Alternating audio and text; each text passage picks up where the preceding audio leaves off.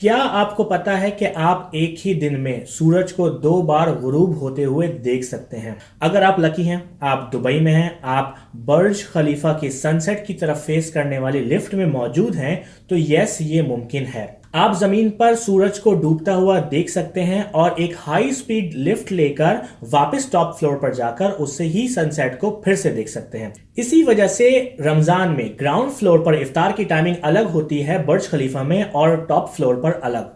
क्यों? क्योंकि दुनिया स्फेरिकल यानी कि गोल है। हमने अपनी लास्ट वीडियो में ये जाना कि दुनिया फ्लैट है और फ्लैट अर्थ सोसाइटी वाले क्या कहते हैं और अपने आर्ग्यूमेंट्स को कैसे पुट फॉरवर्ड करते हैं। आज की वीडियो में हम उस वीडियो का रिबटल करेंगे और ये जानेंगे कि कैसे फ्लैट अर्थ का आइडिया एक इंतहाई स्टूपिड आइडिया है। This is Gauhar Rizvi and you are on my channel.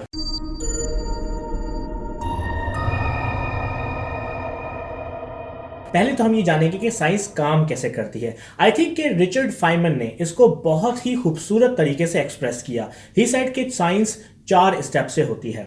Number 1, you make a guess. Number 2, you do the mathematics. Number 3, you observe it. Number 4, once you observe, it becomes fact or law. So, for example, आपने gas किया कि 5 जमा 5 10 होते हैं। आपने paper पर 5 में 5 add किया और उसका रिजल्ट 10 आया, तो आप कहेंगे कि मेरी थ्योरी के मुताबिक 5 जमा 5 10 होते हैं। देन आप 5 बकरियां लेते हैं और उनमें 5 बकरियों को ऐड कर देते हैं, तो आपको टोटल 10 बकरियां मिलती हैं। तो आप कहेंगे कि मेरी थ्योरी एक्सपेरिमेंटली भी प्रूव होती है। फिर ये 5 जमा 5 फैक्ट बन जाता है। फॉर श्योर कि मैंने अभी आपको बहुत ही सिंपल एग्जांपल दी है, लेकिन साइंटिस्ट की थ्योरीज एंड गैसेस बहुत ही अजीब होते हैं। फॉर एग्जांपल कि शायद हमारी यूनिवर्स के बाहर भी कोई यूनिवर्स है। ये तो हो गया guess. He does the mathematics and mathematics support करती है। Then he presents the multiverse theory. Now जब हम किसी भी बाहर की यूनिवर्स को ऑब्जर्व कर लेंगे एक्सपेरिमेंटली, तो वो फैक्ट बन जाएगा। हमें ये हिग्स बोसॉन के मामले में नजर आता है। पीटर हिग्स ने 1960 में कहा कि एक सब एटॉमिक पार्टिकल होना चाहिए है, जिसको हिग्स बोसॉन का नाम दिया गया। लेकिन ये सिर्फ एक थ्योरी थी। आइडिया अच्छा था, मैथ्स कहती थी कि होना चाहिए, लेकिन देखा नहीं गया था। साइंटिस्ट को 2013 में नोबेल प्राइज मिला। 53 साल लगे एक बंदे को यह प्रूव करने में कि मेरा आइडिया एंड गैस सही था। लेकिन साइंस जब तक नहीं मानती किसी भी क्लेम को, जब तक उसका एक्सपेरिमेंटल प्रूफ ना हो। हमने इससे बहुत ज्यादा टाइम लगाया है यह जानने के लिए कि दुनिया सिर्फ गोल ही नहीं, बल्कि वो सिर्फ एक प्लैनेट है और सूरज के गिर्द घूमती है। इरास्तोथेनीज की एक्सप्लेनेशन को मान भी लिया जाए कि वो भी फ्लैट अर्थ पर पॉसिबल है, तो वो मुसलमान साइंसदान ही थे जिन्होंने सबसे पहले अंदाजा किया कि दुनिया फ्लैट नहीं हो सकती, क्योंकि उनकी मैथमेटिक्स उनकी ऑब्जर्वेशन एंड एक्सपेरिमेंट्स के साथ रिकंसाइल नहीं करती थी। मुसलमान ऑलरेडी फ्लैट अर्थ वाले आइडिया को पसंद नहीं करते थे, लेकिन यूरोप में यह आइडिया बहुत पॉपुलर था, क्योंकि यूरोप में मेनली चर्च का राज था साइंटिफिक डिस्कवरीज में। पुराने जमाने का चर्च बिल्कुल अलाउ नहीं करते थे कि कोई उनके रिलीजन पर उंगली भी उठाए, इसलिए वहां फ्लैट अर्थ का कॉन्सेप्ट मौजूद रहा। प्रॉब्लम तब ज्यादा बढ़ी जब टेलीस्कोप्स का इस्तेमाल शुरू हुआ। पहली बार बहुत दूर तक देखने वाले आलात ने एक नया पटारा खोल दिया। ये वो वक्त था कि जब ऑलरेडी ये लोग मानते थे कि दुनिया के गिर्द सूरज घूमता है और चांद भी। एक्चुअली हुआ ये कि उनके इस जियोसेंट्रिक मॉडल में एरर्स आने लगे। वो जहां प्लैनेट्स को एक्सपेक्ट करते थे वहां प्लैनेट्स होते ही नहीं थे। उनकी कैलकुलेशन के मुताबिक अगर जुपिटर को ऊपर होना होता था तो वहां नहीं होता था। इसी दौरान निकोलस कोपर्निकस ने कहा कि शायद सूरज दुनिया के गिर्द नहीं, बल्कि दुनिया सूरज के गिर्द घूमती है। यानी कि उसने गैस मारा, उसने कैलकुलेशंस की, वो बेहतर थी। परफेक्ट नहीं थी, लेकिन बेहतर थी। अब प्लैनेट्स और स्टार्स बिल्कुल वहां नहीं दिखते थे, लेकिन उसके करीब दिखते थे। फिर जोहानस केपलर ने कहा कि कोपर्निकस का हीलियोसेंट्रिक मॉडल में अगर प्लैनेट्स बिल्कुल सर्कुलर पाथ में नहीं मूव करते, बल्कि एलिप्टिकल पाथ में मूव करते हैं। इस आइडिया से बहुत से सवालात सॉल्व हुए और प्लैनेट्स वहीं दिखने लगे जहां होने चाहिए थे, जिसको एडवांस होते होते हमने एक मॉडल तैयार किया सोलर सिस्टम का, जिससे हमें पता लगा कि सच में दुनिया सूरज के गिर्द घूमती है और कैसे हमारे प्लैनेट्स मूव करते हैं सूरज के गिर्द।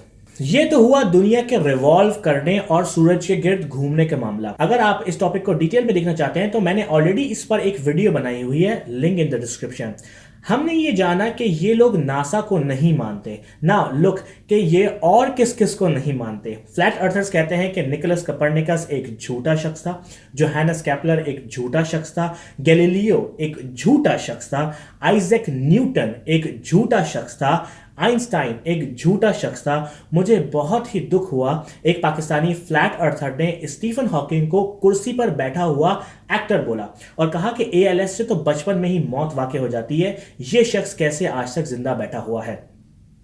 और स्टीफन हॉकिंग को भी झूठा कहा। यानी कि फ्लैट अर्थर्स के मुताबिक 15वीं सदी से 21वीं सदी तक के हर साइंटिस्ट झूठा है, including Parvez हुदबॉय, professor Abdul Salam and Abdul Qadeer Khan वगैरह।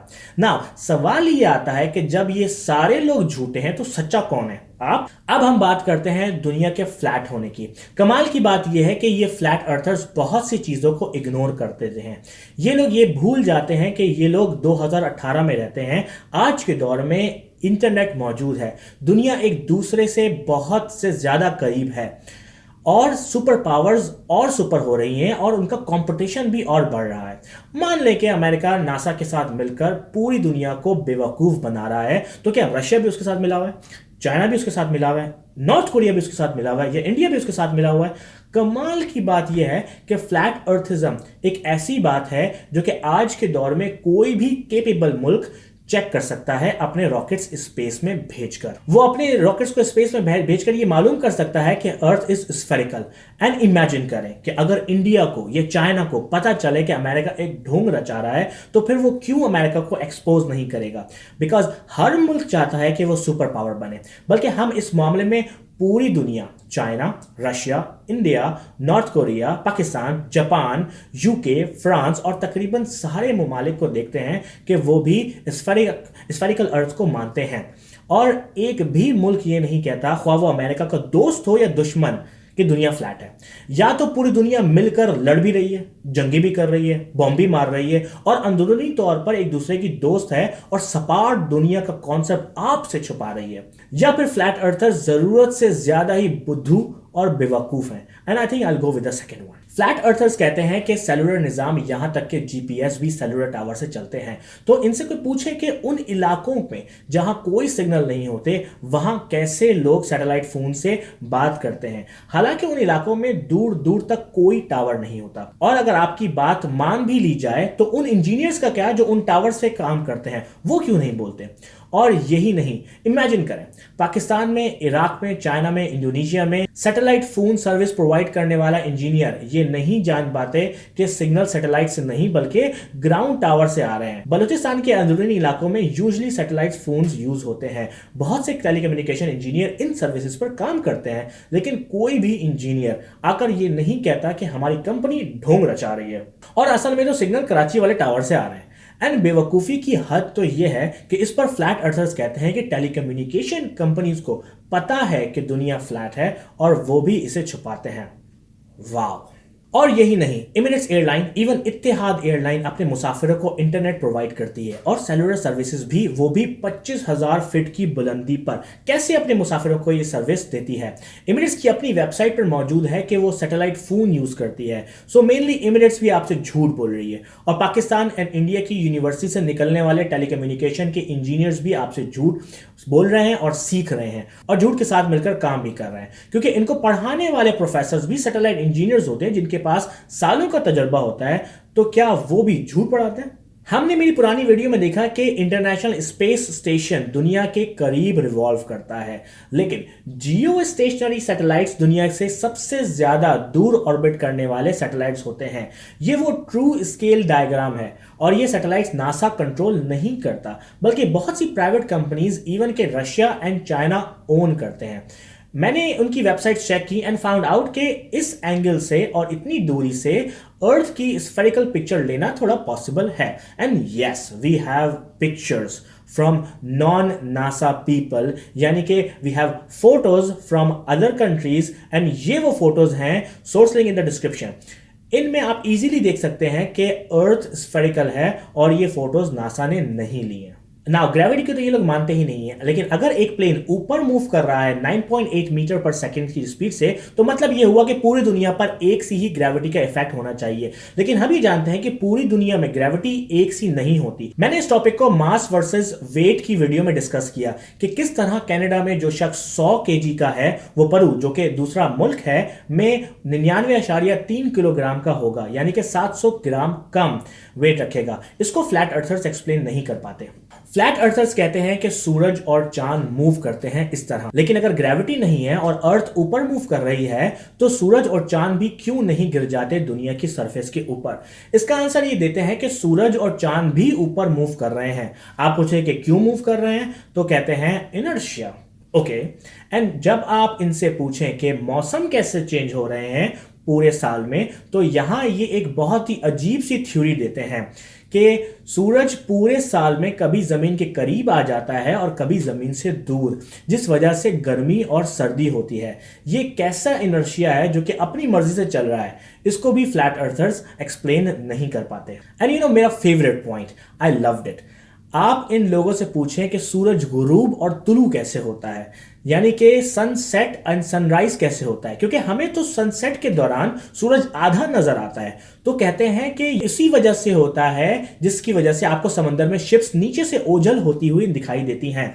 मैंने तो सर पकड़ लिया इस बात को पढ़ के, क्योंकि शिप्स लाइन ऑफ साइट में नजर आती हैं वाइल सन एलिवेटेड होता है। उसको तो कभी हाफ नजर आना ही नहीं चाहिए। आप कहीं भी खड़े हों फ्लैट अर्थ पर, आपको सन डूबता हुआ ऐसे दिखना चाहिए, ना कि ऐसे। सॉरी टू से, ये लोग सिर्फ स्टूपिड ही नहीं, डम, ब्लाइंड, इडियट्स एंड ब्रेनलेस भी हैं। एक और मेरा फेवरेट पॉइंट, याद है कि मैंने अपनी पिछली वीडियो में बताया था कि फ्लैट अर्थर्स की एक सिंपल पॉइंट है, जो चीज जैसी नजर आए उसे वैसे ही मान लेना चाहिए। नाउ देखें, पूछा जाए कि भाई चांद ग्रहण कैसे होता है, तो कहते हैं कि एक्चुअली सूरज, चांद एंड दुनिया के अलावा एक चौथी चीज भी गर्दिश करती है ऊपर, वो है शैडो ऑब्जेक्ट, यानी कि एक ऐसा काला साया जो कि नजर नहीं आता। ये काला साया हर साल में सूरज और चांद के बीच में आ जाता है, जिससे चांद ग्रहण नजर आता है। और अगर पूछा जाए भाई हमें तो कोई काला साया या शैडो ऑब्जेक्ट नजर नहीं आता, तो कहते हैं ये काला साया किस वजह से पड़ रहा है, देख लो, खुद देख लो, ये काला साया ही तो है, ये शैडो ऑब्जेक्ट ही तो है। ये एक ऐसा ग्रुप है कि इस ग्रुप में एक भी साइंटिस्ट नहीं है, सिर्फ लोग हैं जो खुद ही घर में बैठकर ये थ्योरीज लाते हैं और इन थ्योरीज को सही तरीके से एक्सपेरिमेंट भी नहीं करते और ना ही अपनी बेसिक रिसर्च पूरी करते हैं। इमेजिन करें कि एक फ्लैट अर्थर ने कहा कि मैं खुद अपना रॉकेट बनाऊंगा और ऊपर जाकर देखूंगा कि दुनिया स्फेरिकल नहीं है। उसने अपना प्लान बताया कि मैं 550 मीटर तक रॉकेट की मदद से ऊपर जाऊंगा और प्रूव करूंगा कि दुनिया फ्लैट है।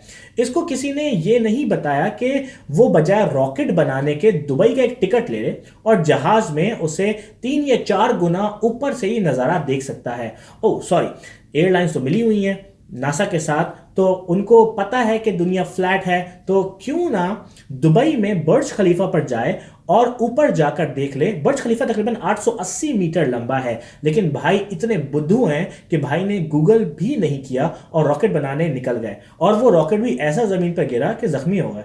आप फ्लैट अर्थर्स की वीडियो चेक करें यूट्यूब पर, तो आपको हैरानी होगी कि मोस्टली यूट्यूब पर आपको प्रूफ करने के लिए उनके पास पहला जुमला ये होता है कि हजारों लोग मुझे जानते हैं, मुझे फॉलो करते हैं, और जो लोग मुझे जानते हैं वो आपको ये बताएंगे कि मैं झूठ नहीं बोलता। ये आपका प्रूफ है, ना कोई प्रॉपर थ्योरी, ना कोई प्रॉपर मैथमेटिक्स, ना कोई प्रॉपर एक्सपेरिमेंट। यानी कि नासा झूठा, आज तक के सारे साइंसदान झूठे, आइंस्टाइन झूठा, न्यूटन झूठा, एयरलाइंस झूठ बोल रही हैं, टेलीकम्युनिकेशन आपसे झूठ बोल रही हैं, एस्ट्रोनॉमर्स आपसे झूठ बोल रहे हैं, वेदर डिपार्टमेंट आपसे झूठ बोल रहा है। यानी कि पूरी दुनिया को पता है कि दुनिया सपाट है, और आप कुछ बेचारे लोगों को बताया जा रहा है कि दुनिया स्फेरिकल है। इस सदी में भी इस तरह के लोग पाए जाते हैं, से अंदाजा होता है कि दुनिया में डम, खर दिमाग, इडियट्स की कमी नहीं है। होप कि आपको ये मेरी वीडियो पसंद आई हो। लेट मी नो कि आपको ये मेरी वीडियो कैसी लगी, एंड मुझे यूट्यूब पर जरूर सब्सक्राइब करें www.youtube.com/mychannelvideo, and I will see you in the next video.